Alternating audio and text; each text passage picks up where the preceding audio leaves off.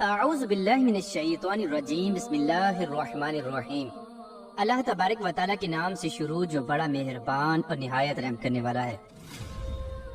پیارے دوستو، حضرت ابراہیم علیہ السلام اللہ تبارک و تعالیٰ کے وہ برگزیدہ نبی ہیں کہ جنہوں نے اللہ تبارک و تعالیٰ کی رضا کے لیے ایسی بہت ساری قربانیاں دی کہ جن قربانیوں کو آج بھی دین اسلام کے اندر زندہ رکھا گیا ہے۔ پیارے دوستو، یہ بات یاد رکھیں کہ جو اللہ تبارک و تعالیٰ کے جتنا قریب ہوتا ہے اتنا ہی اس کو آزمایا جاتا ہے اور اس کو اتنے ہی زیادہ سخت امتحانات سے گزرنا پڑتا ہے، کیونکہ اللہ تبارک و تعالیٰ اپنے چاہنے والوں کی آزمائش ضرور کرتا ہے۔ اور چونکہ حضرت ابراہیم علیہ السلام اللہ تبارک و تعالیٰ کے بہت مقرب نبی تھے، اسی وجہ سے اللہ تبارک و تعالیٰ نے حضرت ابراہیم علیہ السلام سے ایسے امتحانات لیے کہ جس کا کوئی تصور بھی نہیں کر سکتا۔ پیارے دوستو، آج کے اس ویڈیو میں ہم آپ کو اللہ تبارک و تعالیٰ کے برگزیدہ نبی حضرت ابراہیم علیہ السلام کے بارے میں بتائیں گے کہ حضرت ابراہیم علیہ السلام کون ہیں، اور جب نمرود بابل کے اندر بچوں کا قتل عام کر رہا تھا تو اسی قتل و غارت کے دوران کس طرح حضرت ابراہیم علیہ السلام کی ولادت ہوئی اور کس طرح اللہ تبارک و تعالیٰ نے حضرت ابراہیم علیہ السلام کو اس قتل و غارت سے محفوظ رکھا۔ پیارے دوستو، ان تمام تر سوالات کے جوابات قرآن و حدیث کی روشنی میں آج کی اس ویڈیو میں ہم آپ کو بتائیں گے، لہٰذا آپ سے ہماری یہ گزارش ہے کہ ہماری اس ویڈیو کو اینڈ تک ضرور دیکھیے گا۔ پیارے دوستو، حضرت ابراہیم علیہ السلام کو اللہ تبارک و تعالیٰ کا خاص قرب حاصل تھا، اسی وجہ سے حضرت ابراہیم علیہ السلام کو خلیل اللہ یعنی اللہ تبارک و تعالیٰ کا دوست کہا جاتا ہے۔ حضرت نوح علیہ السلام کے بعد حضرت ابراہیم علیہ السلام وہ پہلے نبی ہیں کہ جن کو اللہ تبارک و تعالیٰ نے توحید کی دعوت دینے کے لیے منتخب فرمایا۔ حضرت ابراہیم علیہ السلام نے اللہ تبارک و تعالیٰ کے پیغام کو عراق، مصر، شام، فلسطین، یہاں تک کہ عرب کی وادیوں تک پہنچایا، اور اس دوران حضرت ابراہیم علیہ السلام کو طرح طرح کی آزمائش سے آزمایا گیا، لیکن حضرت ابراہیم علیہ السلام اپنی ہر آزمائش پر ثابت قدم رہے اور اللہ تبارک و تعالیٰ کا پیغام اسی طرح پہنچاتے رہے۔ یار دوستو، اللہ تبارک و تعالیٰ نے قرآن پاک کے اندر 69 مقامات پر حضرت ابراہیم علیہ السلام کا ذکر فرمایا ہے۔ روایات میں آتا ہے کہ حضرت ابراہیم علیہ السلام کے آباء و اجداد عرب کے اندر رہا کرتے تھے اور وہاں سے ہجرت کر کے یہ لوگ بابل کے اندر آباد ہو گئے اور وہیں آپ کی ولادت ہوئی۔ حضرت ابراہیم علیہ السلام کے والد کا نام طارق تھا۔ یار دوستو، حضرت ابراہیم علیہ السلام کے والد بتوں کو تراشا کرتے اور بتوں کو بیچا کرتے، یہی آپ کا پیشہ تھا۔ اس وقت بابل اور پوری دنیا کے اوپر نمرود بدبخت کی حکومت تھی۔ نمرود ایک خدائی کا دعوے دار، جابر و ظالم اور بت پرست انسان تھا۔ روایات میں آتا ہے کہ سب سے پہلے تاج شاہی جس شخص نے اپنے سر پر سجایا وہ نمرود بدبخت ہی تھا۔ نمرود بدبخت اپنی طاقت کے زور پر اپنی رعایا سے اپنی پوجا کروایا کرتا تھا۔ پیارے دوستو، ایک دن نمرود سویا اور اس نے ایک عجیب و غریب خواب دیکھا کہ آسمان پر ایک ستارہ چمکا ہے کہ جس کی روشنی نے چاند اور دیگر تمام ستاروں کی روشنی کو ختم کر دیا ہے۔ پیارے دوستو، اس خواب کے بعد جب صبح ہوئی تو نمرود نے بابل کے تمام بڑے بڑے نجومیوں کو اکٹھا کیا اور اس خواب کی تعبیر معلوم کرنے کے لیے کہا۔ چنانچہ جب تمام نجومیوں نے نمرود کا خواب سنا تو تمام نجومیوں نے نمرود کو اس کے خواب کی یہ تعبیر بتائی کہ اس شہر بابل کے اندر ایک ایسا بچہ پیدا ہونے والا ہے جو اس سلطنت کے زوال کا سبب بنے گا اور ہمارے خداؤں کے مقابلے میں ایک خدا اور دین کا پرچار کرے گا۔ چنانچہ جب نمرود نے اپنے خواب کی یہ تعبیر سنی تو نمرود اپنی سلطنت کے چھین جانے کے خوف سے بہت پریشان ہو گیا اور نمرود نے بابل کے اندر یہ اعلان کر دیا کہ جو بھی بچہ پیدا ہو اس کو قتل کر دیا جائے۔ چنانچہ نمرود کے حکم پر عمل درآمد شروع ہو گیا اور بابل کے اندر بچوں کا قتل عام شروع ہو گیا۔ چنانچہ بابل کے اندر جو بھی بچہ پیدا ہوتا اس کو قتل کر دیا جاتا۔ پیارے دوستو، ادھر نمرود کے حکم کے مطابق بچوں کا قتل عام جاری تھا اور ادھر حضرت ابراہیم علیہ السلام کی ولادت ہونے والی تھی۔ چنانچہ جیسے جیسے حضرت ابراہیم علیہ السلام کی ولادت کا وقت قریب آتا جاتا تو ویسے ویسے حضرت ابراہیم علیہ السلام کے والد اور والدہ بہت زیادہ پریشان ہونے لگے، کیونکہ وہ کسی قیمت پر بھی اپنے بچے کو قتل نہیں کروانا چاہتے تھے۔ چنانچہ حضرت ابراہیم علیہ السلام کے والدین نے آپ کو قتل و غارت سے بچانے کے لیے چھپ کر آپ کی پرورش کرنے کا فیصلہ کیا، اور حضرت ابراہیم علیہ السلام کی ولادت سے پہلے ہی آپ کے والدین نے بابل کے پہاڑوں کے اندر ایک غار کو تلاش کیا جہاں پر حضرت ابراہیم علیہ السلام کی پرورش کی جانی تھی۔ اس طرح جب حضرت ابراہیم علیہ السلام کی ولادت کا وقت قریب آ گیا تو حضرت ابراہیم علیہ السلام کے والدین اس غار میں چلے گئے اور وہیں پر آپ کی والدہ نے آپ کو جنم دیا، اور اس طرح حضرت ابراہیم علیہ السلام کی ولادت ایک غار کے اندر ہوئی۔ چنانچہ حضرت ابراہیم علیہ السلام کی ولادت کے بعد آپ کے والدین نے آپ کو اللہ کے سپرد کیا اور آپ کو اسی غار کے اندر چھوڑ کر خود گھر واپس آ گئے۔ حضرت ابراہیم علیہ السلام کی والدہ روزانہ چھپتے چھپاتے اس غار کے اندر تشریف لاتی اور حضرت ابراہیم علیہ السلام کو دودھ پلا کر واپس گھر آ جاتی۔ چنانچہ وقت یوں ہی گزرتا گیا اور وقت کے ساتھ ساتھ حضرت ابراہیم علیہ السلام بڑے ہو گئے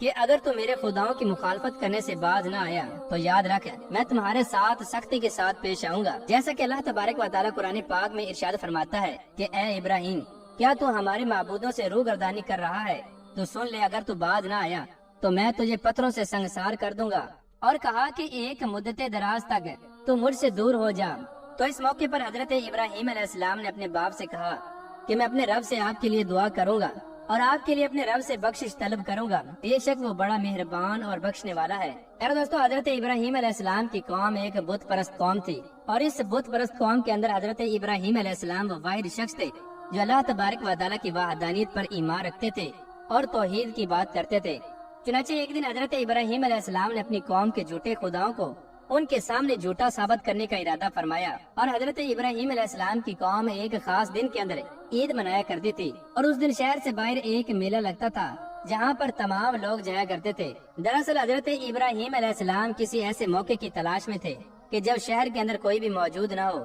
تو حضرت ابراہیم علیہ السلام ان کے بت خانے کے اندر داخل ہو کر ان کے تمام بتوں کو مسمار کر سکیں اور ان کے جھوٹے خداؤں کو ان کے سامنے جھوٹا ثابت کر سکیں۔ چنانچہ عید کی صبح تمام لوگ اپنے بت خانے کے اندر داخل ہوئے اور اپنے تمام چھوٹے بڑے بتوں کو سجایا اور ان کے سامنے طرح طرح کے کھانے رکھے گئے۔ ان لوگوں کے اندر یہ روایت تھا کہ یہ لوگ میلے سے واپس آ کر اپنے بتوں کے سامنے رکھے گئے کھانوں کو بڑے ادب و احترام کے ساتھ کھایا کرتے تھے۔ چنانچہ اس طرح تمام لوگ اپنے بتوں کو سجا کر اور ان کے سامنے طرح طرح کے کھانے رکھ کر شہر سے باہر میلے کی طرف چلے گئے۔ ادھر حضرت ابراہیم علیہ السلام کو موقع مل گیا اور حضرت ابراہیم علیہ السلام ایک کلہاڑا لیے اس بت خانے کے اندر داخل ہو گئے۔ اس منظر کو اللہ تبارک و تعالیٰ قرآن پاک کے اندر کچھ یوں بیان فرماتا ہے، اور حضرت ابراہیم علیہ السلام چھپتے چھپاتے ان کے معبودوں کے پاس گئے اور آپ ان بتوں سے فرمانے لگے کہ تم کھاتے کیوں نہیں ہو اور تمہیں کیا ہو گیا ہے کہ تم بات نہیں کرتے؟ پھر حضرت ابراہیم علیہ السلام نے اپنے دائیں ہاتھ سے ان بتوں کو مارنا اور توڑنا شروع کر دیا۔ اس طرح جب حضرت ابراہیم علیہ السلام نے بت خانے کے اندر موجود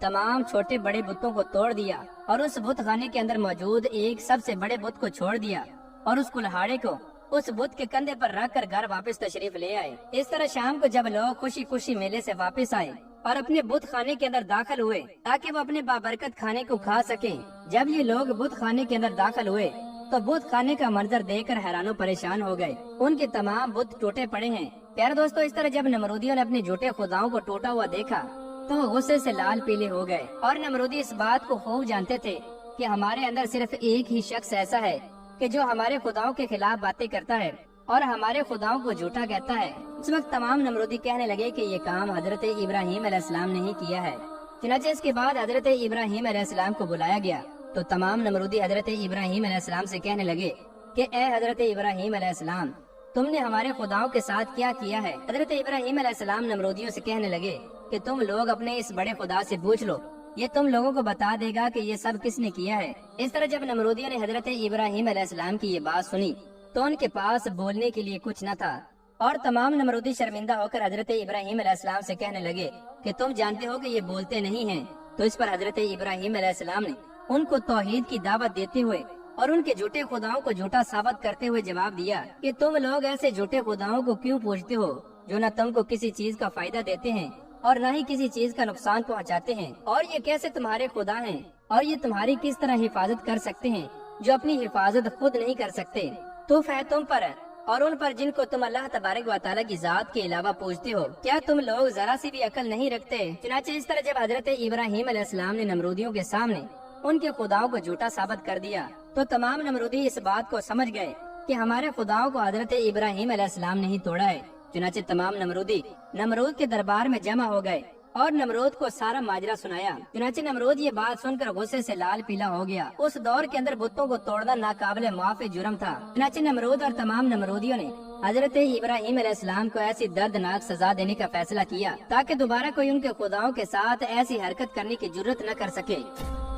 چنانچہ نمرود نے حکم جاری کیا کہ ایک بہت بڑے میدان کے اندر لکڑیوں کو جمع کیا جائے اور ان کے اندر آگ جلائی جائے۔ چنانچہ نمرود کے حکم کے مطابق ایک کھلے میدان کے اندر کئی دنوں تک بہت ساری لکڑیوں کو جمع کیا گیا اور پھر ان لکڑیوں کے اندر آگ جلائی گئی۔ روایات میں آتا ہے کہ یہ آگ اس قدر زیادہ تھی کہ اس آگ کے شعلے آسمان کو چھو رہے تھے۔ چنانچہ اس طرح جب آگ مکمل طور پر جلا دی گئی اور آگ کے شعلے آسمان کو چھونے لگے تو اس وقت حضرت ابراہیم علیہ السلام کو ایک منجنیق نامی مشین کے اندر ڈال کر اس آگ کے اندر پھینک دیا گیا۔ پیارے دوستو روایات میں آتا ہے کہ جب حضرت ابراہیم علیہ السلام کو آگ کے اندر ڈالا گیا تو اس وقت فوراً بارش کا فرشتہ آیا اور حضرت ابراہیم علیہ السلام سے کہنے لگا کہ آپ حکم دیں تو میں بارش برسا کر فوراً اس آگ کو بجھا دیتا ہوں۔ تو حضرت ابراہیم علیہ السلام نے فرمایا کہ مجھے تمہاری مدد کی کوئی ضرورت نہیں۔ اس طرح فوراً مختلف فرشتے حضرت ابراہیم علیہ السلام کی مدد کے لیے حاضر ہوئے، لیکن حضرت ابراہیم علیہ السلام نے تمام فرشتوں کو منع کر دیا اور آپ فرمانے لگے کہ کیا میرا رب سچا نہیں ہے